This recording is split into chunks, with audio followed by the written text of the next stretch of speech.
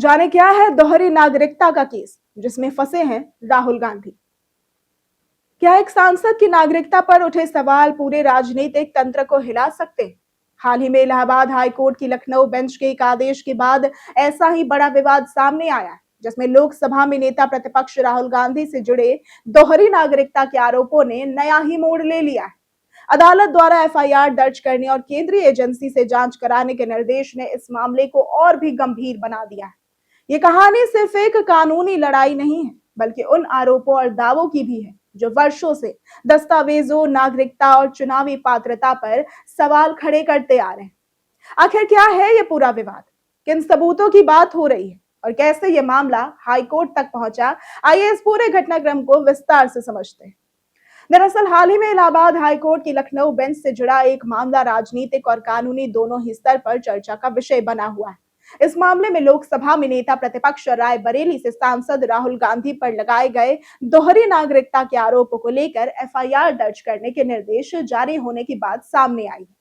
ये पूरा मामला एक याचिका और लंबे न्यायिक घटनाक्रम के बाद सामने आया है, जिसमें याचिकाकर्ता की ओर से राहुल गांधी की नागरिकता और उनके दस्तावेजों को लेकर गंभीर सवाल उठाए गए। इस याचिका में आरोप लगाया गया है कि राहुल गांधी ने कथित रूप से ब्रिटेन की नागरिकता से जुड़ी जानकारी छुपाई और भारतीय नागरिक रहते हुए चुनाव लड़कर सांसद बने। याचिकाकर्ता का दावा है कि उनके पास ऐसे दस्तावेज मौजूद है जिनमें राहुल गांधी से जुड़े कुछ विदेशी रिकॉर्ड और कंपनी रजिस्ट्रेशन की जानकारियां शामिल हैं। इसी आधार पर पुलिस में एफआईआर दर्ज कराने की मांग की गई थी। हालांकि शुरुआती स्तर पर पुलिस और निचली अदालत ने इस पर कार्रवाई से इनकार कर दिया था, लेकिन इसके बाद मामला एमपी एमएलए कोर्ट और फिर हाई कोर्ट तक पहुंच गया। हाई कोर्ट में हुई सुनवाई के दौरान याचिकाकर्ता और संबंधित पक्षों ने अपने अपने तर्क और दस्तावेज पेश किए। सरकार की ओर से भी इस मामले में जवाब दाखिल किया गया और ये गृह मंत्रालय से संबंधित फाइलें कोर्ट में प्रस्तुत की गई। कई चरणों की सुनवाई के बाद अदालत ने 17 अप्रैल 2026 को दिए गए आदेश में एफआईआर दर्ज करने और मामले की जांच केंद्रीय एजेंसी से कराने के निर्देश जारी कर दिए। अब इस पूरे विवाद में मुख्य प्रश्न ये बना हुआ है कि क्या वास्तव में राहुल गांधी के पास किसी अन्य देश की नागरिकता थी या केवल दस्तावेजों की व्याख्या और आरोपों का मामला है?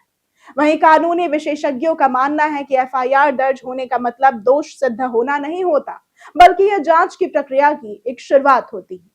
ये मामला अब राजनीतिक बहस का भी हिस्सा बन गया है, जहां अलग अलग दल इसे अपने अपने नजरिए से देख रहे हैं।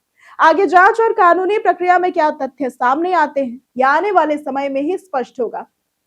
लेकिन अगर आपको आज की वीडियो पसंद आई हो तो इस वीडियो को लाइक करें, ज्यादा से ज्यादा शेयर करें, हमारे चैनल को सब्सक्राइब करना ना भूलें। आज के लिए सिर्फ इतना ही। वीडियो हमारे साथ बने रहने के लिए धन्यवाद।